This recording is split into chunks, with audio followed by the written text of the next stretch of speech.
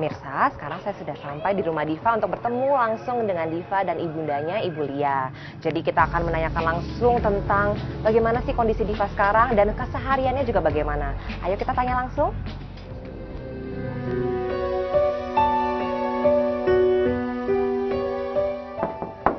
Ibu Lia ya? Halo Ibu, saya Dr. Natasha Finsky dari Kata Dokter BFF. Silakan duduk. Oh iya, makasih. Hai Diva. Hai. Apa kabar? Baik dokter. Ibu apa kabar? Alhamdulillah baik dong. Diva apa kabar? Tuh di saya Diva. Baik juga. Oh, Baik, smile dokter. berarti bagus ya. Baik ya. Ibu Lia, makasih ya memperbolehkan saya sama tim Kata Dokter BFF ke sini untuk Iya. mengunjungi Diva. Semoga nggak keberatan. Oh, nggak ya? Seneng. Enggak dong. Iya. Iya. Iya, jadi Ibu saya mau bertanya-tanya tentang kondisi Diva saat ini. Nah, kalau kesibukan Ibu dan Diva sendiri sehari-hari gimana? Kalau kesibukan saya sehari-hari biasanya dari hari Senin sampai Jumat saya ke rumah orang tua karena ibu saya stroke. Oh, Nah, oke. sedangkan juga usia papa saya juga udah lanjut ya. Tapi kalau untuk hari tanggal merah, Sabtu Minggu biasanya saya nggak ke sana. Kalau memang saya ada acara saya pergi. Kalau nggak ada ya saya tetap datang ke rumah orang tua. Gitu. Biasanya Diva juga diajak? Selalu Oh, selalu kemana-mana diajak selalu ya. diajak. Rumahnya jauh nggak orang tuanya? Nggak, deket. Oh, dekat juga ya. Iya. Oke. Nah, Ibu maaf, sekarang usia Ibu berapa? 45 tahun. Oh, oke. Masih terlihat muda Ibu. Kalau Diva sekarang berapa Ibu? 14 tahun 14 Juli tahun. kemarin. Oh gitu. Happy 13 belated Juli. birthday. Wow, udah gede sekarang ya. Iya. Nah, Ibu, ada nggak sih perubahan kemajuan dari kondisi Diva dari dulu sampai sekarang? Kalau dari lahir memang masa sensitifnya dia tuh dari lahir sampai kira-kira 4-5 tahun. Oke. Karena di masa itu dia ada kejang. Oh, kejang-kejang. Jadi memang kalau kejang dia tidak demam sih ya. Oh, enggak. Hanya matanya badan kaku, matanya Mata mendelik mendelik ke ke atas ya.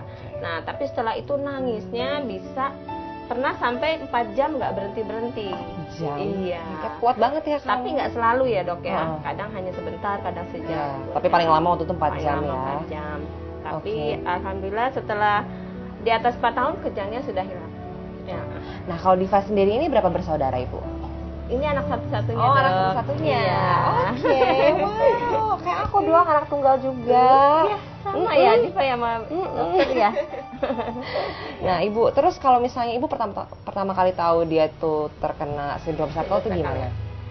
Itu awal waktu tahu Diva sindrom Shackle usia Diva 2 tahun 8 bulan.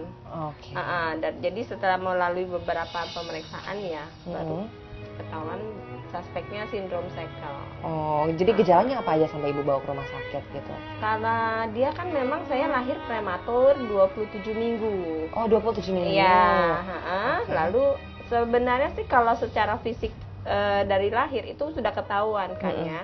Cuman kan karena waktu itu saya belum tahu tentang sindrom Shackle itu sendiri gitu loh. Nah, setelah beberapa kali pemeriksaan baru ketahuannya itu. Oke. Jadi memang waktu itu dengan berat lahirnya hanya 1 kilo 50 gram, 1,5. tinggi badan 35 cm waktu lahir. Kecil banget. Tapi kalau misalnya pas kehamilan gitu, Ibu sering periksa? USG segala macam? Jadi waktu itu saya hanya periksa ke bidan. Oh, ke bidan. Tapi jadi nggak di USG gitu ya? Enggak, tapi memang kira-kira 2 minggu sebelum lahir saya sempat jatuh. Nah, Oke. setelah jatuh saya selalu mengalami kontraksi kan ya. Nah, sejak itu saya kontrol ke dokter. Oke. Dan dari hasil USG katanya nggak apa-apa. Gitu. Cuman memang pada saat usia kandungan 6 bulan setengah, saya mengeluarkan flek. Itu hari Jumat sore. Akhirnya saya ke klinik tempat biasa saya merawat. Dari situ dirujuk ke rumah sakit besar. Akhirnya saya ke Cipto. Oke. Iya. Nah, setelah di Cipto periksa darah dan segala-galanya. Nah, hari Senin saya disuruh balik. Tapi malam minggunya saya pecah ketuban.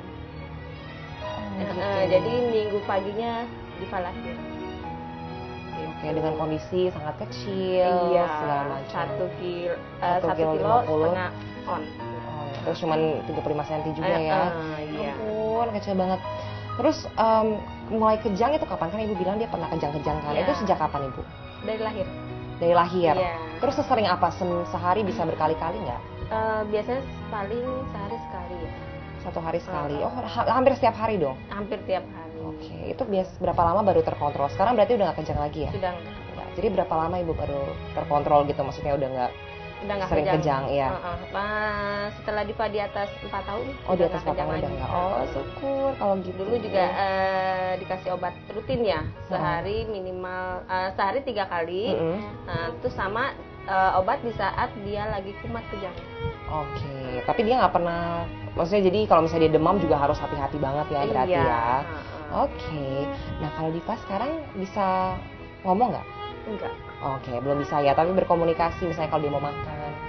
Jadi kalau untuk makan minum itu saya ngatur waktunya. Oh, gitu. Tapi memang terakhir kontrol ke dokter rehab medisnya. Kemampuan Diva emang seperti ini udah maksimalnya dia. Jadi sekarang kita hanya memaksimalkan untuk fungsi tangannya. Fungsi tangannya ya. Jadi kita ajarin dia untuk bisa misalkan atau ada mainan contoh yang yes atau no. Jadi dia kalau kita mengatakan sesuatu ke Diva, dia harus ngerti harus yang mau atau tidak.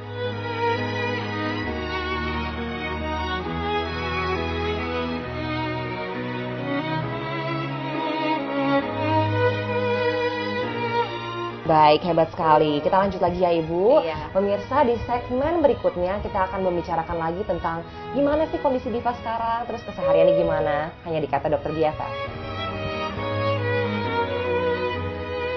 Sebenarnya ya pasti ya sedihnya waktu pas, jadi waktu lahir kan saya tidak boleh melihat Diva. Jadi baru pas saya mau pulang, hari Seninnya itu baru saya boleh melihat Diva. Ya udah pasti sedih ya.